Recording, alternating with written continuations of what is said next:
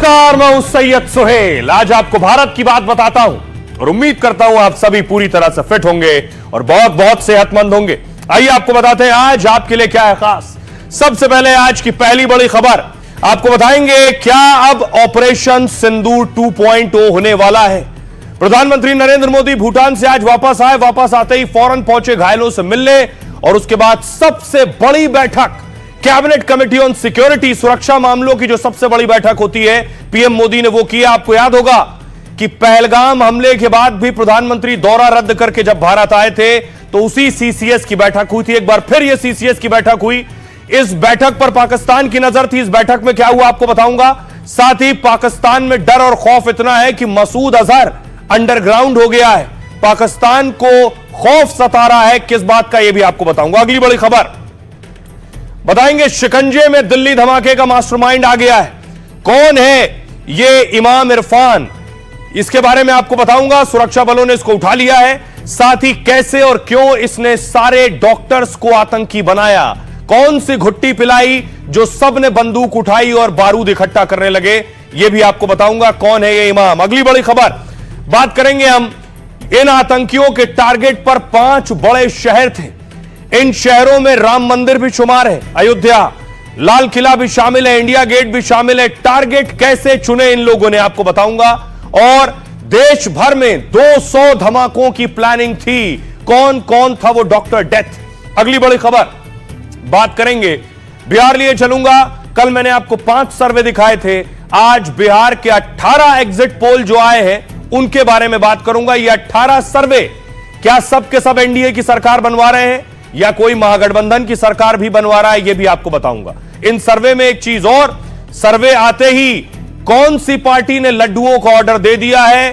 500 kilo Laddu का order जा चुका है। साथ ही बताऊंगा अनंत सिंह पर एग्जिट पोल क्या कह रहा है। अगली बड़ी खबर, हॉट सीट पर कौन आगे है। तेजस्वी यादव की सीट की भविष्यवाणी क्या है, अनंत सिंह की सीट की भविष्यवाणी क्या है और मुख्यमंत्री की रेस में कौन आगे। इन तमाम खबरों पर करेंगे बात। आइए शुरू करें, उससे पहले हेडलाइंस।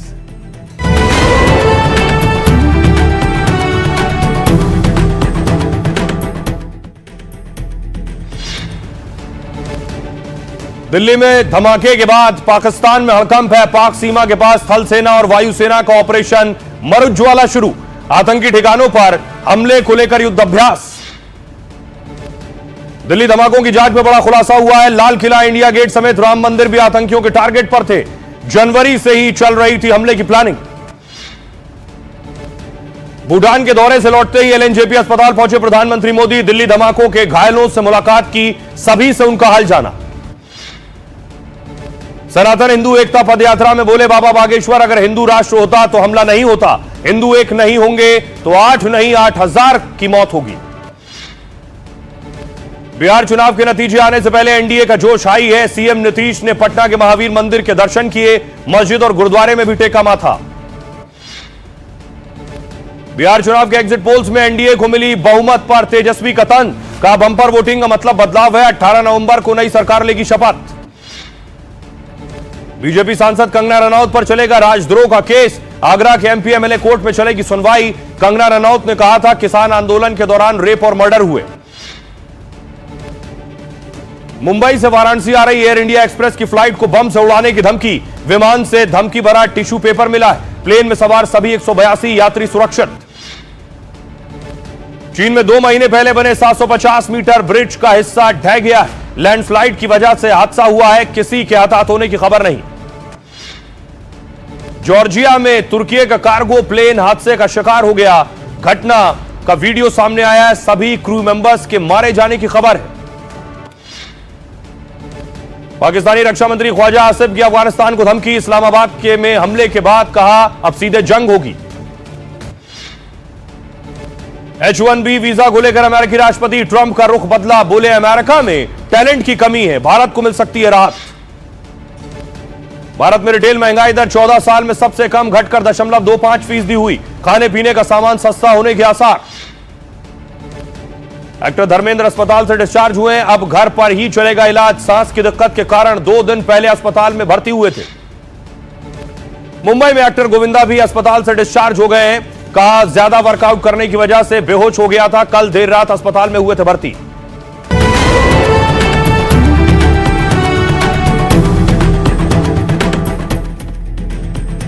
और आइए शुरुआत करने जा रहा हूं आज की पहली बड़ी खबर के साथ। और पहली बड़ी खबर है मोदी का एक्शन और दान से वापस लौटे, ये उस वक्त की तस्वीर है।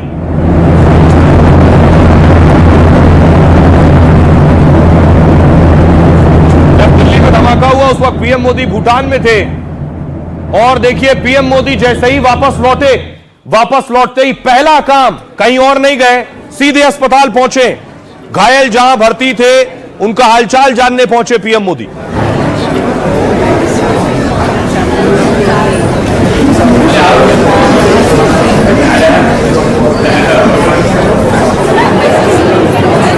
तस्वीरें आप देख रहे हैं दिल्ली धमाकों में जो लोग घायल हुए, 24 से ज्यादा लोग घायल हैं जिन्हें एलएनजेपी अस्पताल में भर्ती कराया गया। पीएम मोदी एक एक के पास गए। प्रधानमंत्री नरेंद्र मोदी ने उनका हाल जाना और उसके बाद उनसे पूछा क्या मंजर था, क्या हालात थे, क्या स्थिति थी, क्या कुछ देखा उन्होंने। सब उस वक्त उस जगह पर मौजूद थे लाल किले में।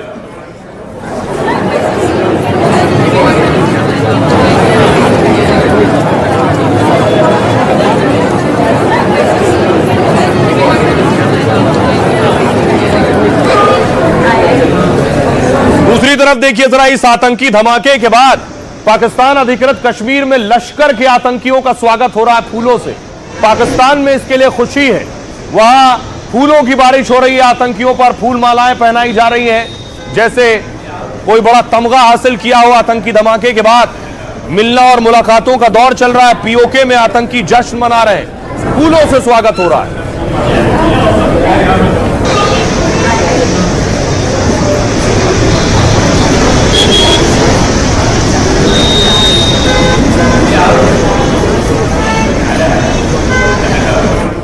अब देखिए जरा भारत में क्या हो रहा है। भारत में विरोध हो रहा है। जो लेडी डॉक्टर आतंकी शाहीन, उसको फांसी देने की मांग हो रही है।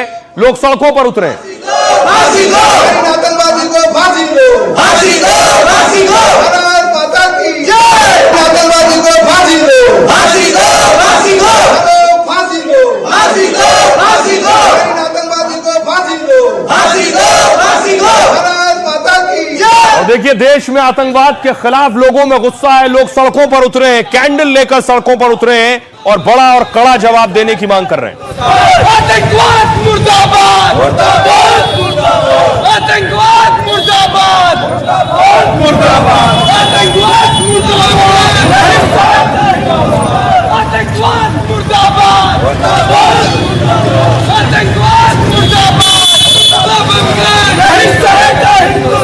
आतंकवाद मुर्दाबाद, आतंकवाद मुर्दाबाद, आतंकवाद मुर्दाबाद। दूसरी तरफ देखिए जरा, जम्मू कश्मीर में लोग सड़कों पर उतरे हाफिज सईद की तस्वीर के साथ, पाकिस्तान के झंडों के साथ। आतंकवाद का सफाया करो, आतंकवाद का सफाया करो, आतंकवाद मुर्दाबाद, मुर्दाबाद, आतंकवाद मुर्दाबाद, मुर्दाबाद, मुर्दाबाद, आतंकवाद मुर्दाबाद, आतंकवाद का सफाया करो, आतंकवाद का सफाया करो। दूसरी तरफ देखिए वाराणसी में आरती हुई है। जो लोग मारे गए धमाकों में उन्हें श्रद्धांजलि दी गई है। उनके पोस्टर लेकर भावभीनी श्रद्धांजलि।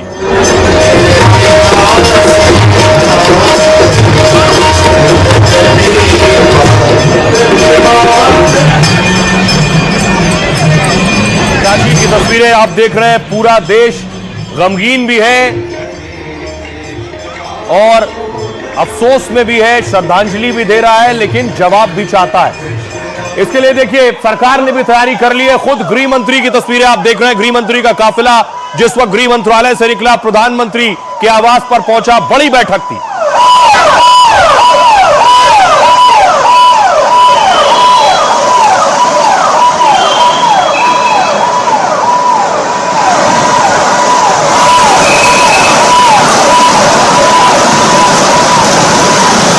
आपको याद होगा प्रधानमंत्री नरेंद्र मोदी ने पहलगाम हमले के बाद इसी तरह सीसीएस की बैठक की थी, कैबिनेट कमेटी ऑन सिक्योरिटी।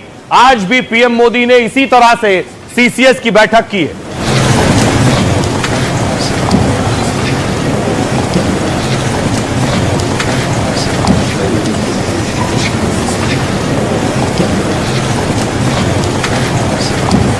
और इस सीसीएस की बैठक में यह माना गया और यह तय हुआ कि यह एक आतंकी हमला था और इसका सही और कड़ा जवाब दिया जाएगा।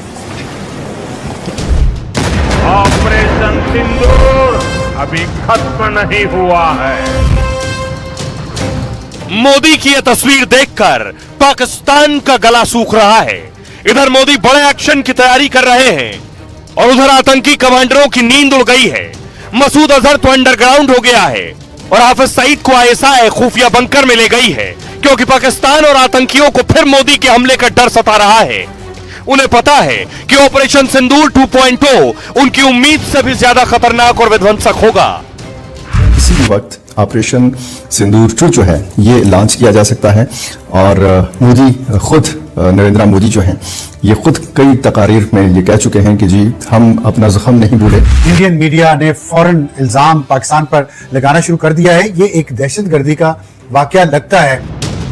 बॉर्डर पर भारतीय सेना की हुंकार देखकर पाकिस्तान के पसीने छूट रहे हैं। ऊपर से मोदी का एक्शन और ऐलान सुनकर मसूद अजहर और हाफिज की हवाइयां उड़ रही हैं और वो किसी भी तरह बिल से निकलने को तैयार नहीं। देखिए, प्रधानमंत्री नरेंद्र मोदी ने बड़ी बैठक ली है, कैबिनेट कमेटी ऑन सिक्योरिटी, सुरक्षा मामलों की बैठक। 24 घंटे के अंदर पीएम मोदी ने दूसरी बार चेतावनी दी है। कहा दिल्ली धमाके के दोषियों का पूरा हिसाब होगा, किसी भी कीमत पर गुनाहगारों को बख्शा नहीं जाएगा, साजिश करने वालों को न्याय के कटघरे में लाएंगे।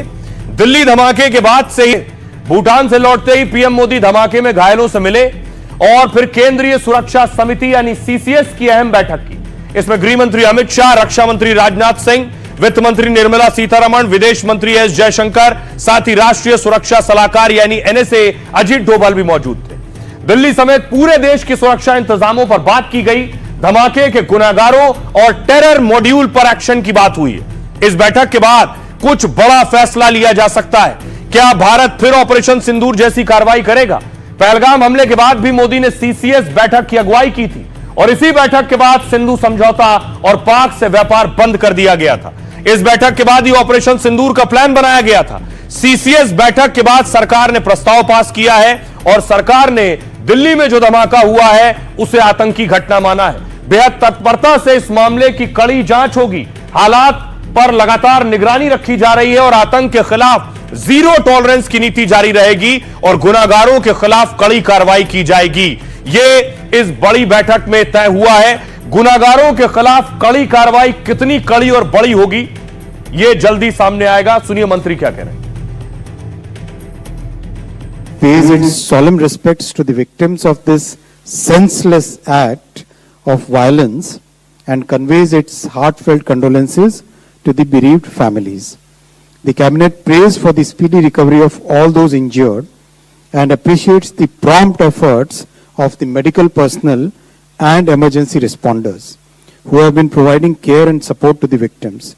The Cabinet unequivocally condemns this dastardly and cowardly act that has led to the loss of innocent lives. The Cabinet reiterates India's unwavering commitment to a policy of zero tolerance towards terrorism in all its forms and manifestations. The Cabinet also recorded its appreciation for the statements of solidarity and support from many governments around the world. The Cabinet notes with appreciation the timely and coordinated response of the authorities, security agencies and citizens who acted with courage and compassion in the face of diversity. तो अपराधियों की पहचान करने के निर्देश हैं और गुस्सा पीएम मोदी में। मैं आपको बताऊं, यह तस्वीर आप देख रहे हैं, प्रधानमंत्री के हाव भाव से आपको अंदाजा होगा। प्रधानमंत्री जब घायलों से मिले उसके बाद डॉक्टर्स के साथ बैठे हैं। किस तरह जो घायल हैं उनकी हालत क्या है, जिनकी मौत हुई है उनकी स्थिति क्या है, यह सब कुछ प्रधानमंत्री नरेंद्र मोदी ने जाना है। देखिए जरा, जो लोग धमाकों में मारे गए हैं उनकी स्थिति क्या थी, किस तरह की उन्हें चोटें थी और जो अभी भर्ती हैं उनका हाल क्या है। दिल्ली धमाके का असर इतना जोरदार था, आपको बताऊं कि लोगों के शरीर के चीथड़े उड़ गए। धमाके के झटके से लोग दीवार और जमीन से टकरा गए। लोगों के कान के पर्दे फट गए, फेफड़े पर नुकसान पहुंचा, सिर पर गहरे चोट के निशान मिले और हड्डियां टूटी मिली। एक तस्वीर देखिए जरा। इस धमाके में 12 लोगों की मौत हुई है। उनमें से एक है अमन कटारिया। 34 साल के अमन, व्यवसायी अमन, मेट्रो पकड़ने जा रहे थे दरअसल, और तभी जोरदार विस्फोट के शिकार हो गए अमन। उनके हाथ पर टैटू था जिसमें लिखा था माय मॉम फर्स्ट लव, साथ ही यह भी लिखा था डैड माय स्ट्रेंथ, यानी मां मेरा प्यार है और पिता मेरी ताकत है। इसी टैटू के जरिए अमन के शव की पहचान हुई। अगला नाम है मोहसिन मलिक का, जिनकी उम्र 28 साल है। मेरठ के रहने वाले मोहसिन ई रिक्शा चलाते थे। धमाके वाली जगह से उनका फोन बरामद हुआ। उसके बाद अस्पताल में उनकी मौत की पुष्टि हुई। अगला नाम है दिनेश मिश्रा, 35 साल के थे। चावड़ी बाजार में शादी का कार्ड बनाते थे। धमाके वाले दिन परिवार ने फोन किया तो अस्पताल में किसी ने फोन उठाया और वहां जाकर पता चला कि उनकी मौत हो गई। 39 साल के मोहम्मद जम्मन, ये भी लाल किला इलाके में ई रिक्शा चलाते थे। उस वक्त वहीं खड़े थे। धमाके में इनके शव के कई टुकड़े हो गए। बाद में परिवार ने कपड़े से उनके शव को पहचाना है। नुमान की उम्र 22 साल, कॉस्मेटिक की दुकान चलाते थे नुमान। उस वक्त नुमान अपने भाई के साथ वहां पर थे। धमाके में नुमान की मौत हो गई, भाई भी घायल है। अगला नाम है लोकेश अग्रवाल, उम्र 55 साल। लोकेश उस दिन गंगाराम अस्पताल से लौट रहे थे। वो एक रिश्तेदार को देखने अस्पताल पहुंचे थे। वापस लौटते वक्त वो धमाके की जद में आ गए। 35 साल के अशोक कुमार, अशोक डीटीसी बस में कंडक्टर के तौर पर काम करते थे। लोकेश अग्रवाल के अच्छे दोस्त थे वो, और उन्हीं से मिलने लाल किले के पास पहुंचे थे। 22 साल के पंकज सानी, पंकज कैब ड्राइवर थे और उस दिन पुरानी दिल्ली जा रहे थे। पिछले 15 सालों से उनके परिवार के साथ रह रहे थे, अपने परिवार के साथ, और पंकज की भी मौत हो गई इस धमाके में। आइए आपको सुनवाता हूं, सुनिए जरा पीड़ित क्या कह रहे हैं। उनका गम जो है वो पूरी जिंदगी तक उनके साथ रहेगा। सुनिए जरा। मेरे भाई के साथ बहुत गलत हुआ। गोश्त का लोथरा लेके आई हूँ मैं, पूरा बॉडी में लेके आई हूँ मैं उसका। तो बहुत परेशान कहीं से कहीं तक छानबीन कर इधर उधर धक्के खाने पड़े। 16 नंबर को कॉल करे, पुलिस वाले भी नहीं सुनते, कोई मीडिया वाला भी नहीं सुनता। कौन हमारी आवाज पहुंचाएगा? नरवन अस्पताल में खोजने, वहाँ भी नहीं मिला। एम्बुलेंस एक गाड़ी भी नहीं है, उसका बैटरी वाला गाड़ी चला रहा था, वो भी नहीं है। फोन लगा रहे तो स्विच ऑफ जा रहा। सामने हुआ है, 10 कदम की दूरी पे कार खड़ी थी, कार में ब्लास्ट हुआ, कार उड़ गया। वही लगा, इतना तेज धुआं था कि और हम कुछ नहीं देख पाए। लेकिन 2 आदमी घायल तड़प रहा था मेरे आगे में। मैं कंडीशन में नहीं था जो उसको बचाता, मैं खुद गिर गया था। 7 बजे के बाद जब ब्लास्ट हुआ है, उसके बाद हमने जब उसका फोन ट्राई करा तो उसका फोन कंटिन्यू स्विच ऑफ आ रहा था। हमने एक आधे घंटे तक वेट किया, ट्राई किया, उसका कंटिन्यू स्विच ऑफ आने के बाद फिर हम वहाँ से निकले हैं, यहाँ पे आए हैं। 8:30 बजे के करीब हम यहाँ पहुँचे हैं। उसके बाद से हम कंटिन्यू स्टेशन, पुलिस स्टेशन पे और यहाँ पे हॉस्पिटल में आके उसकी बॉडी को आइडेंटिफाई कर रहे हैं, पर उसकी बॉडी आइडेंटिफाई हो नहीं पाई। मतलब विद इन अ सेकेंड एकदम से कुछ बहुत जोर की आवाज आई और एकदम ब्लैकआउट हो गया। सारा ब्लैकआउट होते ही चारों तरफ आग की लपटें, और मैं काफी दूर जाके गिरा। तो फिर मैं एकदम से उठा कि 2 सेकंड के लिए ब्लैकआउट प्रॉपर होने के बाद मैं एकदम से उठा। तो एकदम से उठ के मैंने देखा कि अंकुश जी थे मेरे साथ, जो मेरे साथ गए थे। वो उनको देखा मैंने, तो जहाँ बाइक थी मैं वापस वहाँ भाग के गया। तो जैसे ही मैं गया, वो बिल्कुल लेफ्ट साइड में पूरे लेटे हुए थे। अपने बहनों को लेकर आया हूँ सर। ये बैटरी रिक्शा चलाते हैं, ये अपनी सवारी वगैरह उतर रहे थे कि उसी हादसे के शिकार हुए हैं। जब हमने देखा सारा दिमाग सूजा पड़ा है, पैर में भी चोट है, गाड़ी पूरी डैमेज हो चुकी है, इनकी बैटरी रिक्शा भी। इस धमाके के तार जैश से जुड़ते हुए दिख रहे हैं। जैश का मुखिया है मसूद अजहर, और आपको याद होगा मसूद अजहर को ऑपरेशन सिंदूर में कौन सी और कैसी मार मारी गई। बहावलपुर में मसूद के ठिकाने को तबाह कर दिया गया और मसूद अजहर के परिवार के ही 15 लोग मारे गए। और मसूद अजहर को फिर से डर सता रहा है कि इसके तार भी, दिल्ली धमाके के तार जैश से जुड़ रहे हैं। और मसूद अजहर इसलिए अंडरग्राउंड हो गया है कि भारतीय सेना गुस्से में है, भारत में लोग गुस्से में हैं, तो मसूद अजहर फिलहाल छिप गया है और अंडरग्राउंड हो गया है। दिल्ली धमाके के बाद पाक के आतंकियों में बहुत दहशत और खौफ है। उन्हें पता है एक बार मुरीदके में क्या हुआ, बहावलपुर में क्या हुआ। भारत के एक्शन के डर से आतंकी बंकर में छिप गए। पाक में मसूद अजहर की सबसे सुरक्षा वाली जगह पर उसे शिफ्ट किया गया पाकिस्तान में। जैश सरगना को बहावलपुर में सेफ हाउस में रखा गया है। खबर यह है कि पाक खुफिया एजेंसी ISI उसे सुरक्षा दे रही है। मसूद अजहर की सुरक्षा में कई कमांडो लगा दिए गए और हर 24 घंटे के बाद उसकी लोकेशन बदली जा रही। पहलगाम हमले के बाद भी मसूद की सुरक्षा इसी तरह बढ़ा दी गई थी और उसे और उसके परिवार को खुफिया बंकर में रखा गया था। लेकिन ऑपरेशन सिंदूर में मसूद का आधा परिवार खत्म हो गया। इस बार पाक और मसूद को हमले का फिर डर सता रहा है, क्योंकि दिल्ली धमाकों में PAFF का नाम सामने आ रहा है। जैसे लश्कर घाटी में TRF के नाम से आतंक फैलाने में लगा है, इसी तरह PAFF जैश ए मोहम्मद यानी मसूद का ही संगठन है और फिर उन्हें ट्रेनिंग देकर धमाका करना सिखाता है। दिल्ली धमाके में नाम आने के बाद से मसूद और उसके साथी चुप हैं। उन्हें डर है कि वो बयान देने भी सामने आए तो भारत उन्हें खत्म कर देगा, इसलिए सभी अंडरग्राउंड और सरेंडर है। सुनिए जरा क्या कुछ कह रहे हैं इस मामले में एक्सपर्ट्स। किसी भी वक्त ऑपरेशन सिंदूर 2 जो है ये लॉन्च किया जा सकता है और मोदी खुद नरेंद्र मोदी जो हैं ये खुद कई तकारीर में ये कह चुके हैं कि जी हम अपना जख्म नहीं भूले, हमने इंतकाम लेना है। और बताया जाता है कि जी बीजेपी को कम वोट पड़े हैं। इस धमाके के बाद जैसा कि यूजुअली होता है, इंडियन मीडिया ने फौरन इल्जाम पाकिस्तान पर लगाना शुरू कर दिया है। ये एक दहशतगर्दी का वाकया लगता है, लेकिन इसका इल्जाम बगैर सबूत के जैसे पहलगाम में हुआ था वैसे ही अब दोबारा पाकिस्तान पर इल्जाम लगाना शुरू कर दिया है। एक बात बहरहाल साबित होगी कि पाकिस्तान पिछले 6 महीनों से ये कह रहा है कि इंडिया फिर फॉल्स फ्लैग करेगा और फिर उसको बहाना बना के पाकिस्तान पर हमला करने की कोशिश करेगा, जिस तरह पहलगाम में किया था। और ये 2 बातें अभी तक सच साबित हुई हैं। इंडियन मीडिया इसको अब तक वो सिचुएशन पहुंच चुकी है, अब वो कई घंटों के बाद हालात आ चुके हैं कि भारत, बल्कि उसी वक्त जब से हुआ था उसी वक्त से इंडियन मीडिया ने ये कहना शुरू किया है कि ये पाकिस्तान का इसके अंदर हाथ है, यानी ये कि उसको जोड़ा जा रहा है पाकिस्तान से। कैसे? क्योंकि उसको जैश से जोड़ा जा रहा है, जैश और गज़वातुल अंसार और कुछ इस तरह का कोई नाम है। तो आप देख रहे हैं पाकिस्तान में ऑपरेशन सिंदूर 2.0 का खौफ है, लेकिन दुनिया भारत के साथ खड़ी है। दुनिया के बड़े बड़े देश भारत के साथ खड़े हैं। और सोचिए जरा, प्रधानमंत्री नरेंद्र मोदी के सबसे अच्छे दोस्तों में शुमार हैं बेंजामिन नेतन्याहू। इजराइल के पीएम क्या कह रहे हैं? इजराइल के पीएम का कहना है कि भारत इजराइल प्राचीन सभ्यताएं हैं, ये दोनों देश सच की नींव पर टिके हुए हैं। आतंकी हमारे शहरों पर हमला कर सकते हैं, लेकिन हमारी आत्माओं को कभी नहीं हिला सकते हैं। इजराइल भारत के साथ मजबूती से खड़ा है। हमारे देशों की रोशनी मिलकर आतंक के अंधेरे को हराएगी। अमेरिका कह रहा है हमारी संवेदनाएं विस्फोट से प्रभावित लोगों के साथ हैं। अमेरिकी दूतावास ने अपने नागरिकों से अपील की है कि वो सुरक्षा मानकों का पूरा ख्याल रखें। ऑस्ट्रेलिया का कहना है इस वारदात से प्रभावित लोगों के साथ संवेदनाएं हैं, घायलों के जल्द स्वस्थ होने की कामना करते हैं। ब्रिटेन कह रहा है लाल किले के पास हुआ धमाका दर्दनाक है, इस पर हमने लगातार अपनी नजर बनाई हुई है। चीन का कहना है इस बम विस्फोट से हम पूरी तरह स्तब्ध हैं। धमाके में जिन लोगों की मौत हुई है उनके प्रति हमारी संवेदनाएं हैं। पाकिस्तान के रक्षा मंत्री ख्वाजा आसिफ ने कहा दिल्ली में जो धमाका हुआ वो सिलेंडर ब्लास्ट है।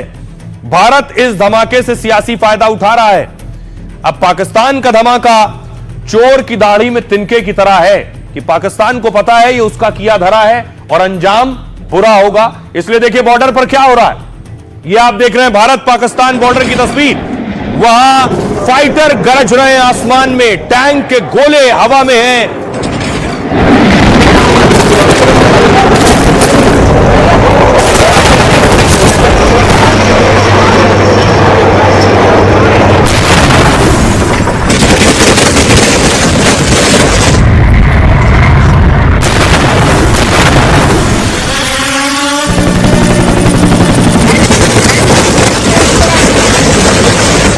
भारत पाकिस्तान बॉर्डर की तस्वीर आप जैसलमेर की देख रहे हैं। ज्यादा दूर नहीं है, कुछ किलोमीटर दूर है पाकिस्तान की सीमा।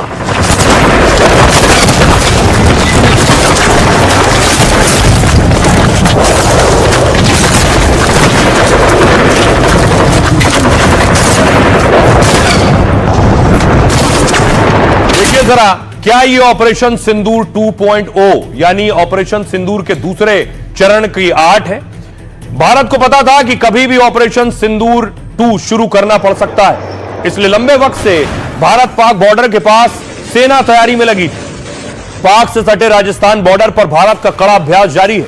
भारतीय सेनाओं का दमखम देखकर दुश्मन के पसीने छूट रहे होंगे। पाक बॉर्डर पर पहली बार भारत ने इतना बड़ा अभ्यास किया है। जैसलमेर में भारत के लड़ाकू विमान और ड्रोन उड़ रहे हैं तो उनकी गूंज लाहौर और इस्लामाबाद तक सुनाई दी। आकाश में एयरफोर्स के जगुआर और अपाचे हेलीकॉप्टर सटीक वार कर रहे हैं। मरुस्थल की रेत पर T-90 टैंक और A-9 वज्र तोपें गरज रही हैं। एयरक्राफ्ट से करीब 400 पैरा ट्रूपर्स उतरे और जंगी अभ्यास किया है। दुश्मन के इलाके में उतरकर कैसे मिशन को अंजाम दिया जाता है और कैसे उसे पता होने से पहले ही तबाही मचाकर जवान वापस जाते हैं, सेना ने इसकी पूरी बानगी पेश की और दिखा रहे हैं कि जरूरत पड़ी तो फिर दुश्मन को इसी तरह दहलाएंगे। भारत ने ऑपरेशन सिंदूर 6 महीने पहले किया था, लेकिन इसके बाद वो लगातार पाक से जुड़े हर बॉर्डर पर अभ्यास करती रही है। गुजरात से लेकर जम्मू कश्मीर और पंजाब से राजस्थान तक हर मोर्चे पर भारतीय सेना ने अपनी ताकत बढ़ाई और दुश्मन की टेंशन भी बढ़ा दी है। आइए आपको सुनवाता हूं, सुनिए जरा आर्मी चीफ भारतीय सेना प्रमुख क्या कह रहे हैं। जहां तक ऑपरेशन सिंदूर 1.0 का सवाल है, हम बहुत सशक्त हुए हैं। हमने काफी सबक सीखे हैं, इसलिए चाहे सिंदूर 2.0 हो या उसके बाद कोई और लड़ाई, हम पूरी तरह तैयार हैं। We are looking at in a big way. Integrated all arms brigade group को खड़ा किया गया है। उसके सैनिक आपके सामने इस तरफ है और जिस इक्विपमेंट के साथ ये रुद्र ब्रिगेड लैस है वो भी यहाँ सामने खड़ा है।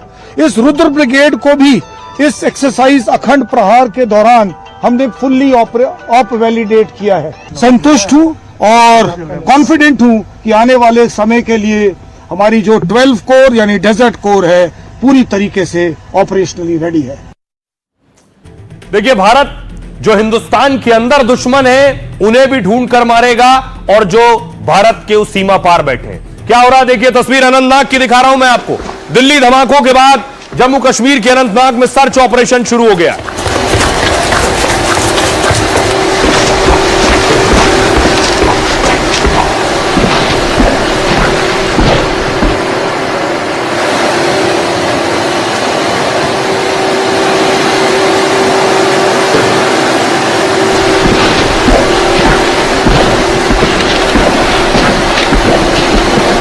न सिर्फ अनंतनाग, जम्मू कश्मीर के अलग अलग हिस्सों में। अगली तस्वीर देखिए, यह तस्वीर मैं आपको कुलगाम की दिखा रहा हूं। कुलगाम में घर के अंदर जाकर सर्च ऑपरेशन हो रहा है कि आतंकियों के मददगार कहां छिपे हैं, कैसे मदद कर रहे हैं, कैसे उन्हें जानकारी दे रहे हैं। एक एक चीज की जांच की जा रही है।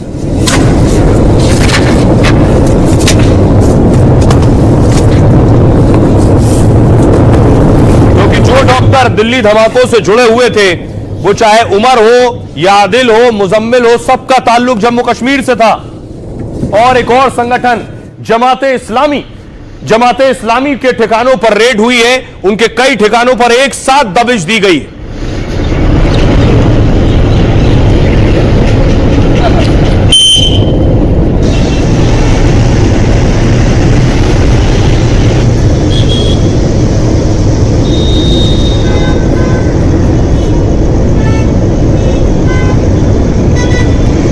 दरअसल पुलिस को मास्टरमाइंड मिल गया है।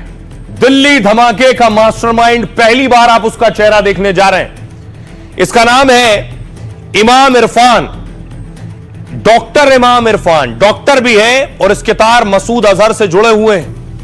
यह जो इमाम इरफान है, यही डॉक्टर आदिल को जम्मू कश्मीर में जैश ए मोहम्मद के पोस्टर लगवा रहा था और सारे डॉक्टर्स को इसी ने वर्गलाया, इसी ने गुमराह किया। यही मास्टरमाइंड है, इसी ने डॉक्टर्स को टेरर डॉक्टर बना दिया है।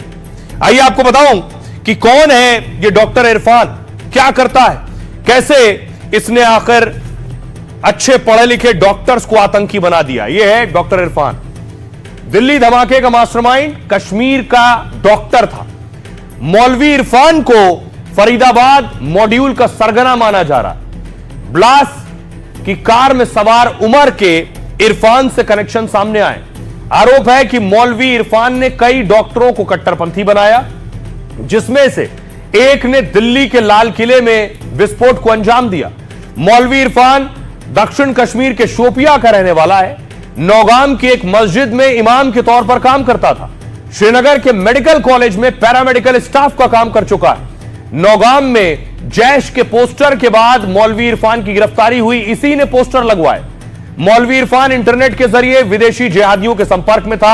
इसी ने फरीदाबाद के मेडिकल छात्रों को कट्टरपंथी बनाने का काम किया। जैश से प्रभावित है और छात्रों को उसके वीडियो दिखाता रहता है। मौलवी इरफान अहमद ने टेलीग्राम और थ्रीमा पर कई अकाउंट बनाए थे। इन्हीं के जरिए वो जैश ए मोहम्मद का प्रोपेगेंडा चलाता था। इसी से पूछताछ के बाद जम्मू कश्मीर पुलिस डॉक्टर मुजम्मिल तक पहुंची। अब तक गिरफ्तार हुए सभी डॉक्टर मौलवी इरफान के चेले बताए जा रहे हैं, यानी इसी ने सबको आतंकी बनाया है। अब आपको सुनवाता हूं मास्टरमाइंड के परिवार वाले रिश्तेदार क्या कुछ कह रहे हैं। प्राइवेट स्कूल में भी वो पढ़ाता है, वहीं पे श्रीनगर में ही। वो श्रीनगर में ही बैठते थे? हाँ, वही बैठते थे। वो हफ्ते में एक दिन आते थे, शनिवार को आते थे और पीर को सुबह सवेरे जाते थे, निकलते थे घर से। ये नहीं हम नहीं मानते हैं वो ऐसा काम हम फिर उसकी शादी क्यों करते? अगर हमें पता होता वो ऐसी बात ऐसा काम करते हो तो हम उसकी शादी करवाते। अब देखिए जरा, इरफान ने ऐसे डॉक्टरों को आतंकी बनाया कि वो 200 धमाकों की तैयारी कर रहे थे। भारत में सीरियल ब्लास्ट, एक के बाद एक 200 बम धमाके। जैसे आप ये देख रहे हैं, ये दिल्ली धमाके से पहले की तस्वीर है, उस रेड लाइट की तस्वीर है जहां गाड़ियां खड़ी थी। आप देखिए शाम को 5:50 के आसपास कितना ट्रैफिक था, कितनी गाड़ियां थी आसपास। देखिए 1 2 3 4 5 6 7 8 9 10 11 12 13 14 15 16 गाड़ियां नजदीक में नजर आ रही हैं आपको। ये 10 नवंबर सोमवार का दिन शाम 6:50 57 दरियागंज ट्रैफिक, चांदनी चौक ट्रैफिक जो आप देख रहे हैं, यही धमाका हुआ है। अगली तस्वीर देखिए, जिस वक्त धमाका हुआ यहां आपको आग का गोला नजर आ रहा है। आसपास कितनी गाड़ियां थी, मकसद समझिए इस ट्रैफिक के बीच धमाका करने का मकसद।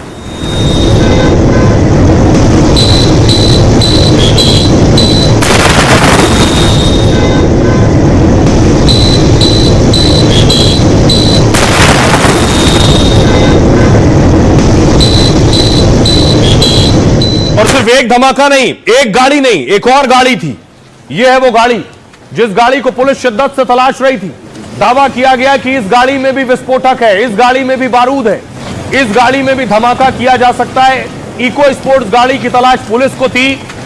पुलिस लगातार कई घंटों से इसकी तलाश कर रही थी और वो संदिग्ध कार मिल गई। बताया जा रहा है यह गाड़ी भी उसी शख्स की थी जिसने लाल किले के बाहर धमाका किया है। उमर, डॉक्टर उमर की गाड़ी थी जिसे पुलिस ने पकड़ा। अगली तस्वीर देखिए, इस गाड़ी से जो मिला है, ये बैग मिला है। इस गाड़ी से बैग मिलने के बाद इसे दूसरी गाड़ी में रखा है पुलिस ने।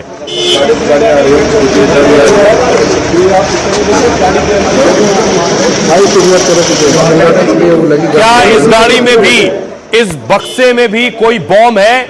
ये जांच का विषय है, पुलिस इसे इन्वेस्टिगेट करेगी। लेकिन लाल रंग की कार का राज खुल गया है, यानी धमाके के लिए एक गाड़ी नहीं, दो गाड़ी तैयार थी। क्या ये रेड लाइट और ये धमाका हुआ लाल किले के बाहर, और एक और गाड़ी क्या विस्फोटक के साथ तैयार थी? धमाके के बाद हरियाणा में लाल रंग की कार मिली, फरीदाबाद के खंदावली गांव में यह कार मिली। इसी लाल रंग की फोर्ड इको स्पोर्ट कार को लेकर अलर्ट था। यह कार दिल्ली की है, इसका नंबर है DL10CK0458। शक था कि इस कार में भारी मात्रा में विस्फोटक हो सकता है। इस कार को यही जो शख्स जिसे आप देख रहे हैं उमर मोहम्मद ने खरीदा। पता चला कि रजिस्ट्रेशन में इसने नकली पता दिया हुआ था। उमर ने अपना पता दिल्ली के सीलमपुर का दिया था।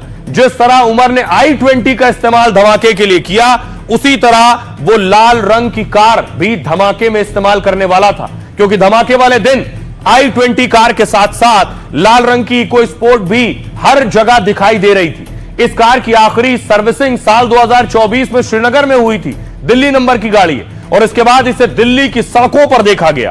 पुलिस को शक है कि इस लाल रंग की गाड़ी को किसी नेटवर्क के जरिए खुफिया तरीके से लाया गया होगा। फिलहाल इसकी पूरी जानकारी जुटाई जा रही है। दिल्ली पुलिस की 5 स्पेशल टीमें इसकी तलाश कर रही थी। फिलहाल इसकी फॉरेंसिक जांच की जा रही है कि इस गाड़ी से क्या मिला है, जो मिला है वो क्या है। हमारे सहयोगी उस वक्त ग्राउंड जीरो पर मौजूद थे जहां से लाल गाड़ी मिली है, उनकी रिपोर्ट देखिए। खंडावली गांव में हम इस वक्त मौजूद हैं।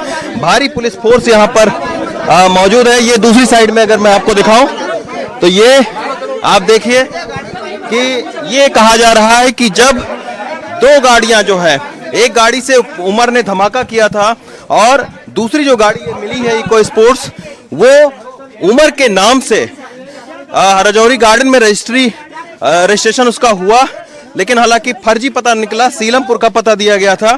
और फिर हरियाणा पुलिस ने ये अलर्ट जारी किया कि इस गाड़ी में कुछ हथियारबंद लोग हैं, तो उसके बाद में दिल्ली पुलिस ने उसकी खोजबीन शुरू की। और अब आप देखिए कि इसी खंडावली गांव में यहां पर गाड़ी बरामद हुई है अभी। और ये जो दो गाड़ी आप देख रहे हैं, ये तो सिर्फ एक ट्रेलर था आतंकियों के लिए। इन्होंने 200 धमाके करने की तैयारी की थी। और कौन से 5 बड़े शहर थे, देखिए कहां कहां धमाके होने थे। गुरुग्राम देश का बड़ा औद्योगिक शहर है, दिल्ली देश की राजधानी, फरीदाबाद दिल्ली से सटा हुआ इलाका, अयोध्या जहां राम मंदिर है, राम मंदिर भी इनके टारगेट पर था, और काशी जो एक और धर्म नगरी है जहां विदेशी पर्यटक भी जाते हैं। ये 5 शहर टारगेट पर थे। और किस तरह से 200 धमाके करने वाले थे, इसीलिए कल मैंने आपको बताया था ये एक टाइम बॉम्ब बना रहे थे। इनके पास से टाइमर भी मिला है। क्या और किस तरह का वो टाइम बॉम्ब था? आतंकी एक साथ 5 शहरों को निशाना बनाने की तैयारी में थे।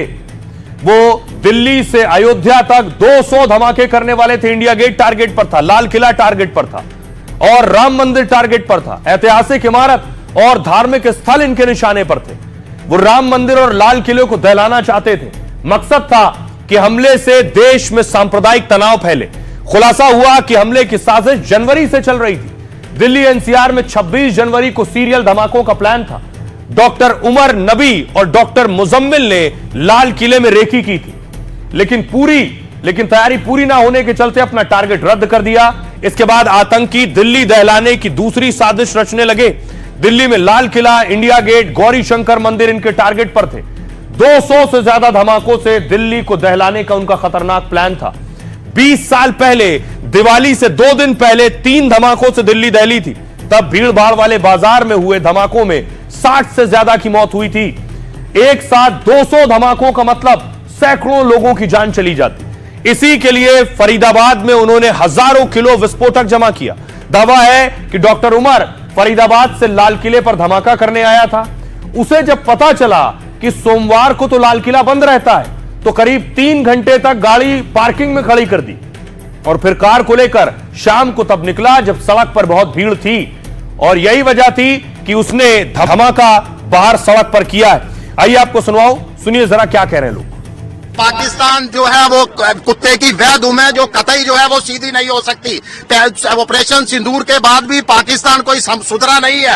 लगातार ऑपरेशन सिंदूर के बाद भी आतंकवादी गतिविधियां जारी है, न केवल जम्मू कश्मीर के अंदर बल्कि जम्मू कश्मीर से भी इन तरह के लोगों ने जो अपना दायरा बढ़ा लिया है। आतंकवादियों ने जिस प्रकार से षड्यंत्र कर हमारे 12 जो है शहीद लोगों को किया है, हम उन्हें नमन करते हैं शहीदों को। और हमारी मांग है कि ऐसे शाहीन जैसी आतंकवादियों को फांसी की सजा देनी चाहिए। किसी को भी ये गाड़ी बेचे तो बिना जान पहचान के, बिना देख के उनके दस्तावेज को ऐसे गाड़ी ना दी जाए, जिससे कि एक अगला हमला आतंकी हमला हो जाए या ऐसी बड़ी दुर्घटना हो जाए। आइए खबरों में आगे बढ़ते हैं। आपको बताऊं कि इस मामले को आखिर इन्वेस्टिगेट कौन कर रहा है। इस मामले को इन्वेस्टिगेट करने के लिए बड़े ऑफिसर्स को लगाया गया है। एनआईए की टीम इसे इन्वेस्टिगेट कर रही है। ये तस्वीरें आप देख रहे हैं।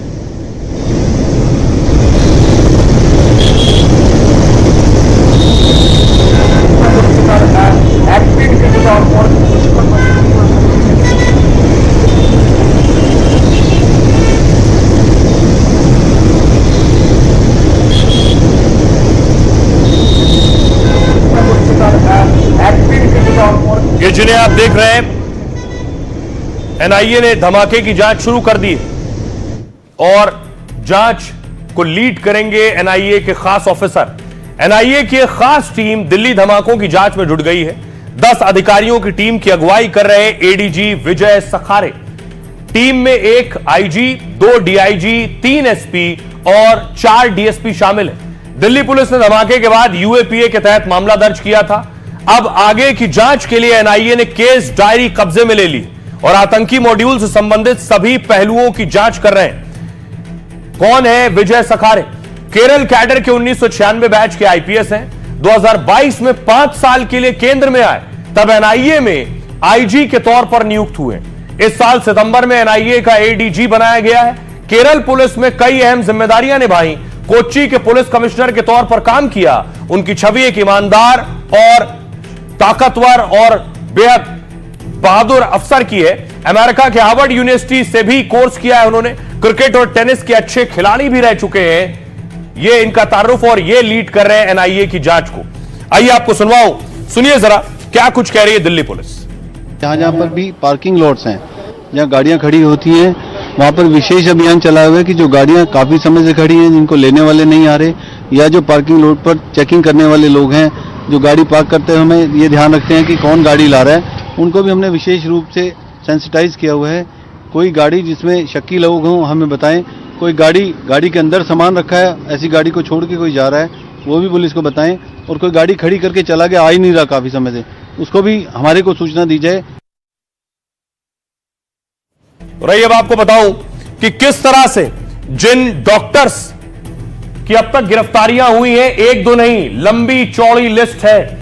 जितने डॉक्टर इस आतंकवाद में शामिल थे उन सबको पकड़ा जा चुका है। तस्वीरें आप देख रहे हैं, ये सारे डॉक्टर हैं पेशे से और ये सब साजिश रच रहे थे। तो आतंक के कितने डॉक्टर हैं मैं आपको बताऊं, एक दो नहीं, लंबी चौड़ी लिस्ट है। सबका तारुफ जानेंगे तो आप खुद चौंक जाएंगे। देखिए जरा, सबसे पहले डॉक्टर शाहीन सईद, लखनऊ की रहने वाली है शाहीन। लखनऊ से गिरफ्तारी हुई। जैश की महिला विंग की लीडर है। आतंकी रिक्रूट कर रही थी। मसूद अजहर की बहन के संपर्क में थी। पुलवामा कश्मीर का रहने वाला है डॉक्टर मुजम्मिल शकील। फरीदाबाद से गिरफ्तारी हुई। 3000 किलो विस्फोटक छिपा कर रखा है। जैश से जुड़े होने की जानकारी मिली। डॉक्टर इरफान अहमद कश्मीर के शोपिया का रहने वाला है। श्रीनगर के मेडिकल कॉलेज में स्टाफ युवाओं को ब्रेन वॉश करने का आरोप है इस पर। अगला नाम है डॉक्टर आदिल अहमद, कश्मीर के काजीगुंड का रहने वाला है। श्रीनगर में जैश की धमकी वाले पोस्टर लगाए इसने और उसके लॉकर से AK-47 राइफल मिली है। सहारनपुर अस्पताल में 5 लाख की सैलरी पर था। यूपी के सहारनपुर से ही गिरफ्तारी हुई। डॉक्टर परवेज अंसारी लखनऊ का रहने वाला है। डॉक्टर शाहीन का भाई है। खुद को हृदय रोग विशेषज्ञ बताता है। टेरर मॉड्यूल से जुड़े दस्तावेज मिले, लखनऊ ATS ने शिकंजे में लिया। अगला नाम है डॉक्टर सज्जाद का, पुलवामा का रहने वाला है। डॉक्टर उमर का दोस्त है, अल फलाह मेडिकल कॉलेज में काम करता था। ये सारे डॉक्टर पुलवामा और फरीदाबाद मॉड्यूल से जुड़ा रहा था। जम्मू कश्मीर पुलिस ने उसे गिरफ्तार किया। एक और डॉक्टर है डॉक्टर ताजामुल, कश्मीर के कुलगाम का रहने वाला था। श्रीनगर के मेडिकल कॉलेज में काम करता था। आतंकी मॉड्यूल से जुड़ा हुआ था। आइए अब आपको सुनवाता हूं ये जितने डॉक्टर पकड़े गए हैं इनके परिवार का क्या कहना है, सुनिए। नॉर्मल जितना सब डॉक्टर्स के साथ व्यवहार होता है इतना ही व्यवहार हमारे साथ था। और वो एक शांत स्वभाव के व्यक्ति थे जितना हम लोग एक्सेस कर पाते हैं। इन्वेस्टमेंट ऑफिस खोला था अल फलाह के नाम से।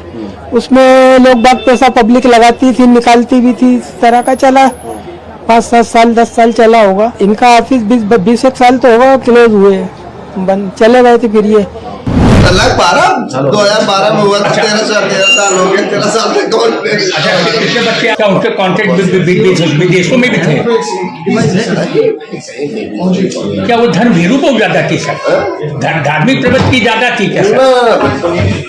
आप लोग को ये पता था कि वो फरीदाबाद रहती?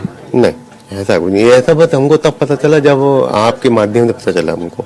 अच्छा, मतलब वो कहाँ है ये भी? हाँ, ये सब हमको कुछ नहीं मालूम था। ये सब जो है सारी बातें जो पता चल रही हैं हमको, ये सिर्फ जो है आपके माध्यम से पता चल रही है, बस और कुछ नहीं। मीडिया के थ्रू पता चली कि अरे वो उनका नाम आ गया, फरीदाबाद से अरेस्ट हुई हैं। हमें तो किसी से नहीं पता, आप ही लोग से पहली बात पता लग रहा है जी। आपकी कोई बातचीत हुई थी परवेज से? परवेज से मेरी बात जो है आज से 5 दिन हुए, ट्यूसडे को हुई थी बस। और ताज्जुब की बात ये जितने डॉक्टर हैं, ये ज्यादातर डॉक्टर एक ही अस्पताल में, एक ही मेडिकल कॉलेज में थे, काम कर रहे थे। और वो अस्पताल है अल फलाह। आपने सबसे ज्यादा नाम सुना होगा इस अस्पताल का।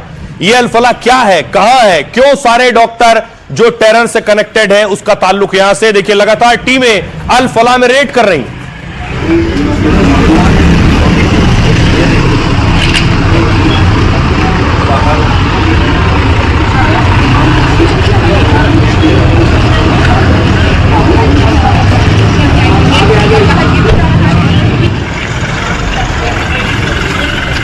देखिए ये अल-फलाह है, यही ये सारे डॉक्टर जुड़े हुए थे। दिल्ली धमाके के तार इसी यूनिवर्सिटी से जुड़ रहे हैं, अल-फलाह, क्योंकि डॉक्टर मुजम्मिल शाहीन सईद यहीं से पकड़े गए। इसी यूनिवर्सिटी में पढ़ाने वाले उमर ने खुद को ब्लास्ट से उड़ा लिया। दावा है कि और भी डॉक्टर्स टेरर मॉड्यूल से जुड़े हुए हैं। इस मेडिकल कॉलेज के डॉक्टर निसार और उनकी बेटी भी रडार पर हैं। डॉक्टर निसार दिल्ली बम धमाके के बाद से फरार चल रहे हैं। डॉक्टर निसार को श्रीनगर मेडिकल अस्पताल से बर्खास्त कर दिया गया। उसके बाद वो फरीदाबाद के अल-फलाह यूनिवर्सिटी में आ गए यहां। हालांकि दिल्ली बम धमाके के बाद यूनिवर्सिटी का बयान सामने आया। वाइस चांसलर ने कहा हमारा आतंकियों से कोई लेना देना नहीं है, यूनिवर्सिटी में सिर्फ एमबीबीएस छात्रों को पढ़ाया जाता है। बता दें कि यूनिवर्सिटी की शुरुआत 1997 में हुई। पहले ये इंजीनियरिंग कॉलेज हुआ करता था। 2014 में हरियाणा सरकार ने इसे यूनिवर्सिटी का दर्जा दिया और साल 2019 से यहां एमबीबीएस का कोर्स शुरू हुआ। यूनिवर्सिटी में 650 बिस्तरों वाला अस्पताल खोला गया था। अल-फलाह यूनिवर्सिटी ने कोर्स शुरू करने के बाद ही अल्पसंख्यकों के लिए अलग से सीट रिजर्व की। इससे से ज्यादा छात्र तेजी से यहां जुटे, लेकिन फिलहाल सभी संदिग्धों से पूछताछ की जा रही है। आइए अब आपको सुनवाता हूं, सुनिए जरा अल-फलाह से जुड़े हुए लोग क्या कह रहे हैं। ये डॉक्टर मुजम्मिल है या वो किसी के पास बैठता नहीं था गांव में, किसी से मुलाकात नहीं थी, क्योंकि वो अल-फलाह यूनिवर्सिटी की इमरजेंसी में रहता था। वहाँ पे एज ए डॉक्टर था वो। 2.5 महीने मुझे याद नहीं है, मेरी लड़की को पेन हुआ था पेट में, उनका इलाज चल रहा था दूसरी हॉस्पिटल से, तो मैं इमरजेंसी में लेके आया था यहाँ पे। तो उसी डॉक्टर ने इलाज किया था लड़की का, और बाकी इधर उधर की बातें तो हुई नहीं, सिर्फ वो मेडिसिन के बारे में बात हुई कि मेरी लड़की को क्या दिक्कत है, आप इलाज कीजिए। उन्होंने उनको ट्रीटमेंट दिया था बड़ी अच्छी तरह से, और डेढ़ दो घंटे के अंदर अंदर उन्होंने वापस कर दिया कि आपकी लड़की ठीक है, आप उसी डॉक्टर से इलाज करा लो जहां पहले करा रहे थे। अब देखिए, जिस रात दिल्ली में धमाका हुआ, उस रात प्रधानमंत्री नरेंद्र मोदी देश में दिल्ली में थे। अगले दिन पीएम मोदी भूटान गए और आज भूटान से वापस आए। प्रधानमंत्री नरेंद्र मोदी भूटान जाने के बाद भी उन्होंने कहा था कि वो कड़ा जवाब देंगे ऐसी हरकत करने वालों को। ऑपरेशन सिंदूर में दिया जा चुका है, लेकिन प्रधानमंत्री नरेंद्र मोदी भूटान से भी ललकार रहे थे, लेकिन सियासतदान सवाल उठा रहे थे। देखिए, सियासतदान अब आतंकियों पर एक्शन पर भी सवाल उठा रहे हैं। क्या कह रहे हैं जरा देखिए। महबूबा मुफ्ती कह रही है जल्द से जल्द साफ सुथरी जांच होनी चाहिए, मुजरिमों को कड़ी से कड़ी सजा मिलनी चाहिए, लेकिन परिवार वालों से तरीके से पेश आइए। हेमंता बिस्वा शर्मा कह रहे हैं कहा जाता था कि शिक्षा होगी तो कट्टरवाद नहीं होगा, लेकिन लगता है लोग शिक्षित होकर खतरनाक हो जाते हैं और डॉक्टर बनकर और भी ज्यादा खतरनाक हो जाते हैं। दिलीप जायसवाल कह रहे हैं बिहार बीजेपी के अध्यक्ष धमाके के वक्त राहुल गांधी कहां थे, शायद वो प्रियंका के साथ देश से बाहर थे, वो आतंकवाद पर खुलकर क्यों नहीं बोलते। हुसैन दलवाई कांग्रेस के नेता कह रहे हैं धमाके को हिंदू मुसलमान के एंगल से नहीं देखना चाहिए, मुसलमान देखकर नहीं, जिसने किया है उसको पकड़ो, आप मुसलमानों को क्यों तकलीफ दे रहे हैं, उनसे बात करो। आइए आपको सुनवाओ, सुनिए जरा सियासतदानों को।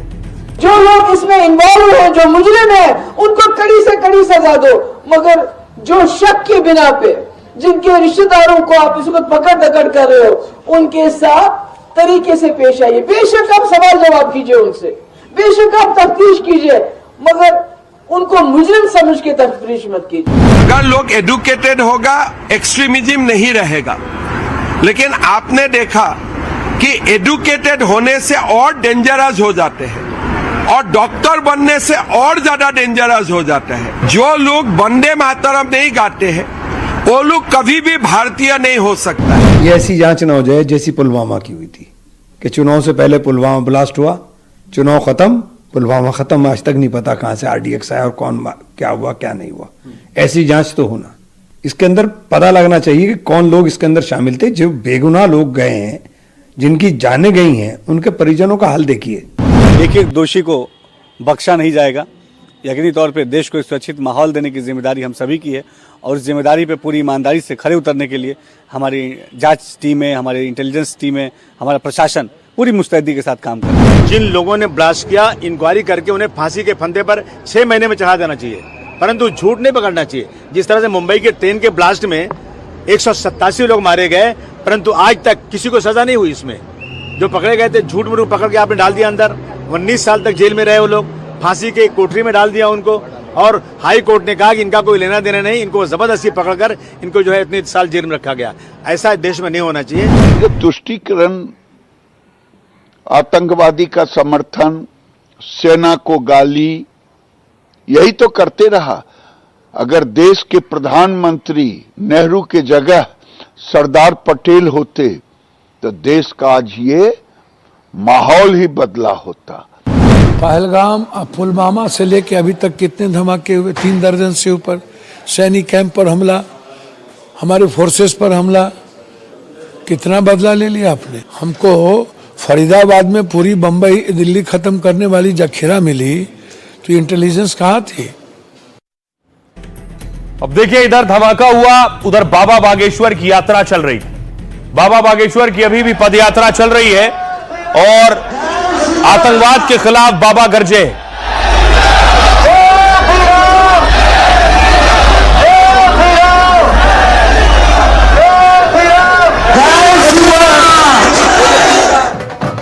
उसके बाद रास्ते में ही बाबा ढोल और डमरू और ढपली बजाने लगे।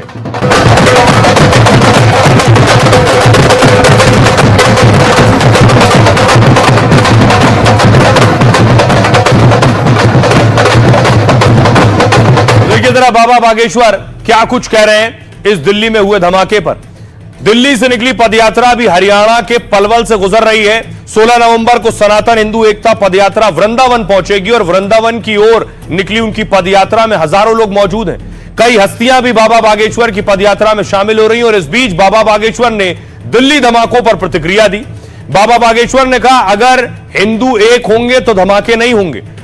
अभी 8 मरे हैं, अगर हिंदू एक नहीं हुए तो 80,000 मर जाएंगे।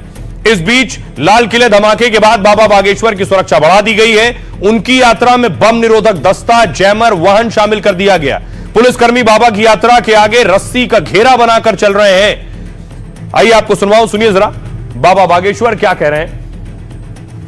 150 करोड़ लोगों की 150 किलोमीटर की ये पदयात्रा है। यदि सभी एक नहीं हुए तो जो बम धमाका दिल्ली में हुआ है, ऐसा भारत के हर गली कोने में होता दिखाई देगा।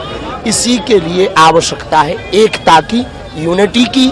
यूनिटी ही एकमात्र माध्यम है जिससे भारत में शांति, विश्व में शांति सनातन के द्वारा स्थापित की जा सकती है। इसलिए यह पदयात्रा की जा रही, अब आगे भी और पदयात्रा करेंगे। हमारा अपना संविधान है तो हिंदू राष्ट्र की मांग क्यों? इसका मतलब है ये ऐसे अराजक तत्व हैं जो फिर एक बार देश को बंटवारे की ओर ले जाना चाहते हैं। मोहम्मद जिन्ना जैसा अब कोई दूसरा पैदा नहीं होना चाहिए। भारत में ऐसा कोई भी शख्स न हो जो 2 नेशन थ्योरी पर बात करता हो, भारत की विभाजन की बात करता हो।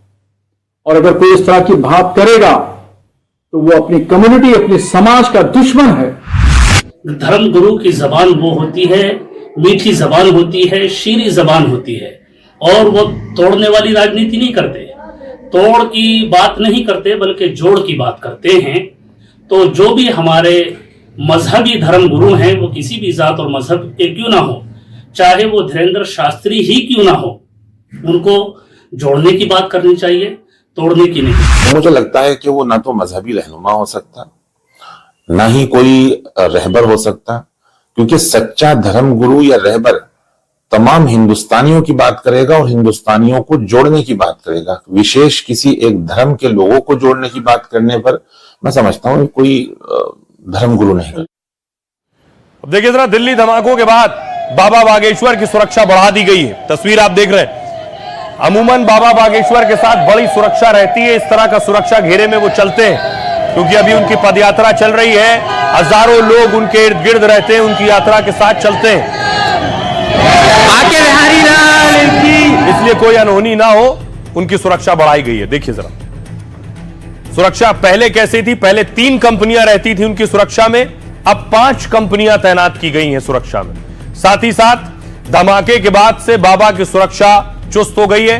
पहले 300 सुरक्षा कर्मी रहते थे, अब 500 सुरक्षा कर्मी रहेंगे। पहले जैमर नहीं था उनकी गाड़ी के साथ, अब जैमर होगा जो किसी भी नेटवर्क, मोबाइल उसको जाम कर देता है। पहले बम निरोधक दस्ता नहीं था, अब बाबा के साथ बम निरोधक दस्ता भी चलेगा।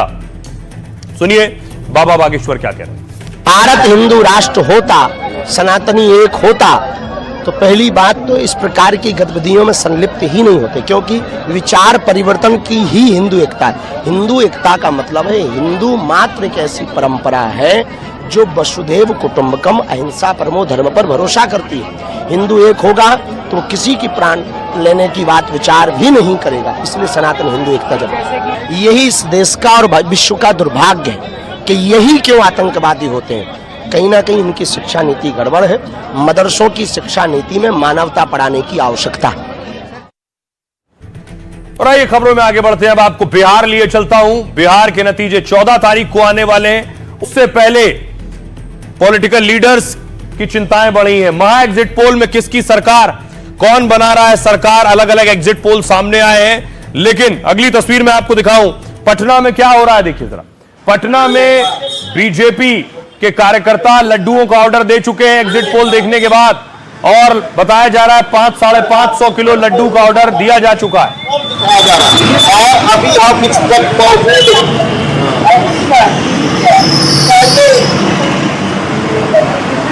देखिए नीतीश कुमार कहां थे आज। नीतीश कुमार एग्जिट पोल आने के बाद महावीर हनुमान मंदिर पहुंचे दर्शन करने के लिए। महावीर मंदिर के बाद नीतीश कुमार देखिए कहां पहुंचे। ये आप देख रहे हैं मजार पहुंचे चादर चढ़ाने। दरगाह हजरत शाह की मजार पर नीतीश कुमार पहुंचे।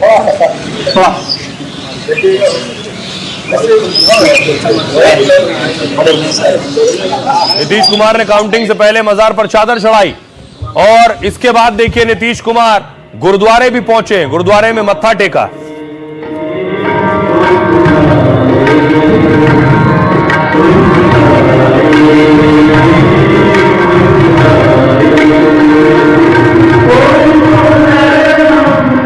तो आइए अब आपको बताऊं, एग्जिट पोल नीतीश कुमार के लिए खुशखबरी लेकर आए। देश में जितने एग्जिट पोल हुए सारे एग्जिट पोल मैं आपके लिए लेकर आया हूं। देखिए क्या कह रहे हैं। सबसे पहले देखिए एक्सेस माई इंडिया का एग्जिट पोल, बाकी अन्य और छोटे दलों को हटा दिया है क्योंकि सरकार इन्हीं दोनों में बननी है, गठबंधन में। तो देखिए एक्सेस माई इंडिया का एग्जिट पोल क्या कह रहा है।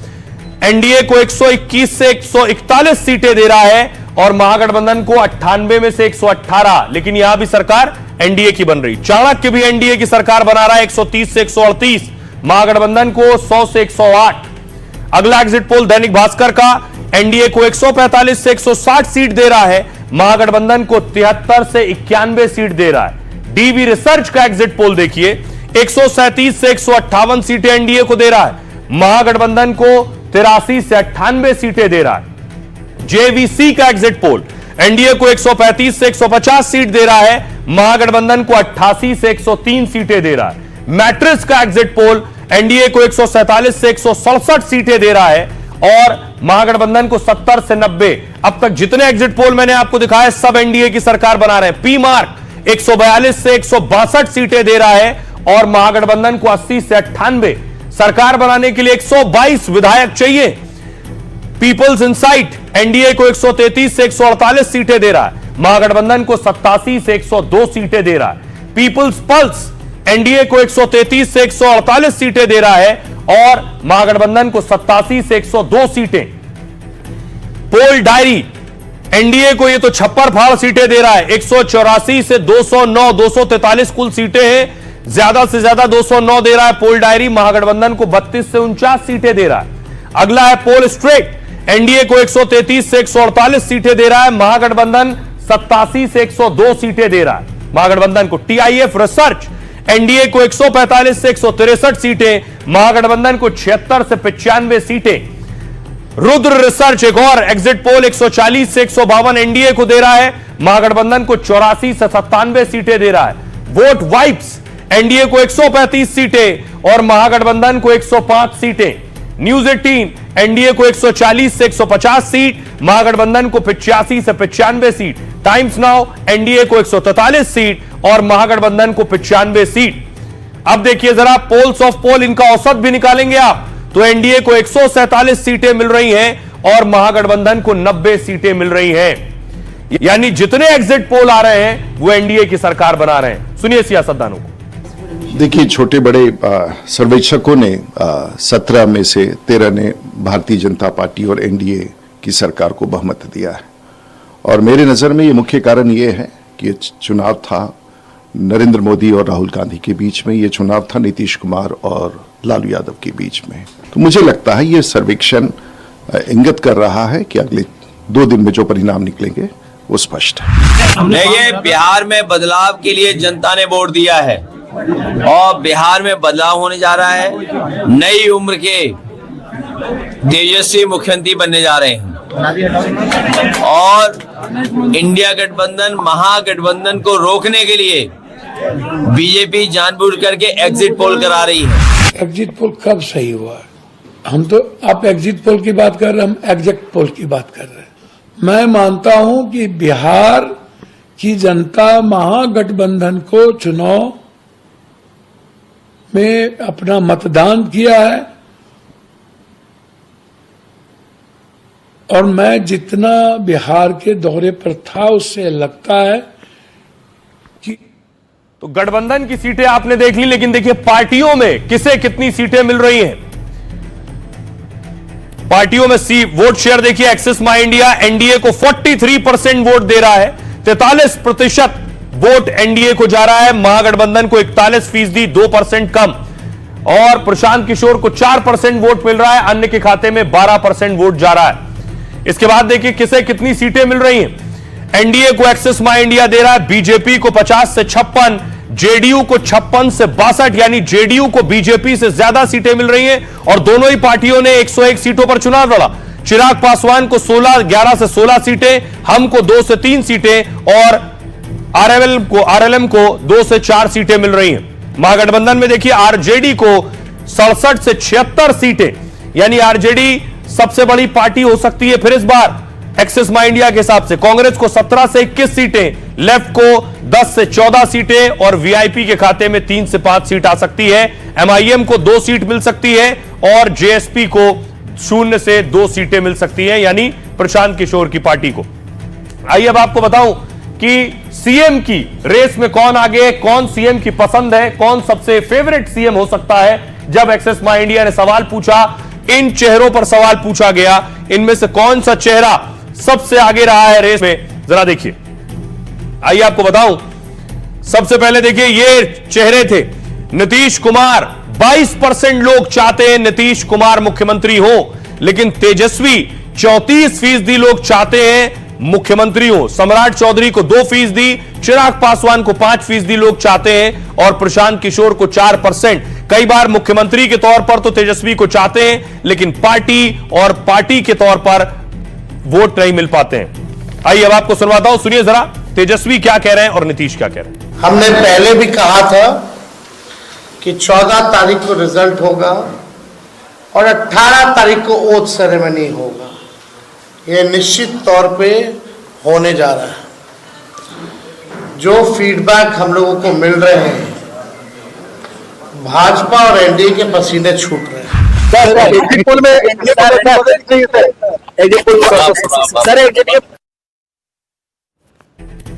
आइए अब आपको बताऊं कि कौन है हॉट सीट वाला।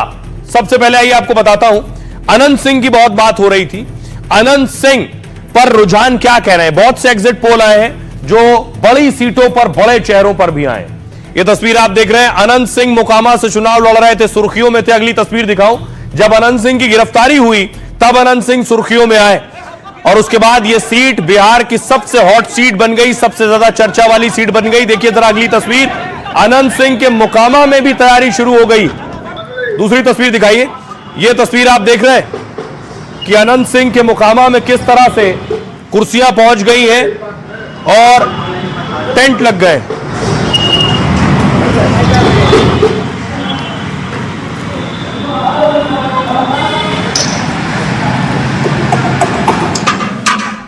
तो जो एग्जिट पोल है वो अनंत सिंह को आगे बढ़ा रहे हैं, यानी उनकी जीत की बात कर रहे हैं। लाइफ का फंडा में क्या है खास, कोई भी बड़ी खोज या बड़ा काम करने के लिए कीमती साधन जरूरी नहीं होते, बस कड़ी मेहनत और लगन चाहिए।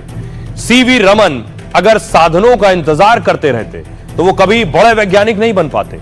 और न कभी नोबेल अवार्ड जीत पाते। डॉक्टर रमन साहब का जन्म तमिलनाडु के एक मिडिल क्लास फैमिली में हुआ। उनका परिवार पैसे या साधन से ज्यादा महत्व ज्ञान और शिक्षा पर देता था। इसी के चलते फिजिक्स में बैचलर और मास्टर की डिग्री रमन ने बहुत अच्छे नंबरों से पास की। जल्द ही उन्हें वित्त विभाग में अच्छी सरकारी नौकरी भी मिल गई। भारत में वैज्ञानिक खोज को तब ज्यादा महत्व नहीं दिया जाता था उस दौर में, क्योंकि महंगे सामान या उपकरण खरीदना बहुत मुश्किल था। लेकिन नौकरी में होने के बाद भी रमन साहब ने खोजबीन और सीखना बंद नहीं किया। पहले घर में एक छोटी सी लैब बनाई और प्रयोग करने लगे। फिर नौकरी भी छोड़ दी और प्रकाश किरणों की खोज में जुट गए। लेकिन रमन साहब को जो साधन मिले उसी से प्रयोग करते रहे, यहां तक कि जिस रमन प्रभाव के लिए उन्हें नोबेल मिला और जो चांद पर पानी की खोज और कैंसर के इलाज में काम आती है। ऐसे में अहम उपकरण पर भी सोचिए 200 रुपए से ज्यादा नहीं लगाए। वो पढ़ने और प्रयोग के साथ साथ आसपास की चीजों से भी सीखते थे। एक बार समंदर से गुजर रहे थे, उसका नीला रंग देखा और यहीं से प्रकाश पर अहम खोज रमन प्रभाव की शुरुआत हुई। बाद में सीवी रमन साहब को भारत रत्न समेत कई बड़े सम्मान मिले और उन्होंने लाइफ का बड़ा फंडा दिया। पैसे या साधन से ज्यादा जरूरी है विचार। अगर आपके पास विजन और हिम्मत है तो कोई कमी आपकी राह में रोड़ा नहीं बन सकती। तो जहां से जो अच्छा मिले उसे अपनाएं और हासिल करें।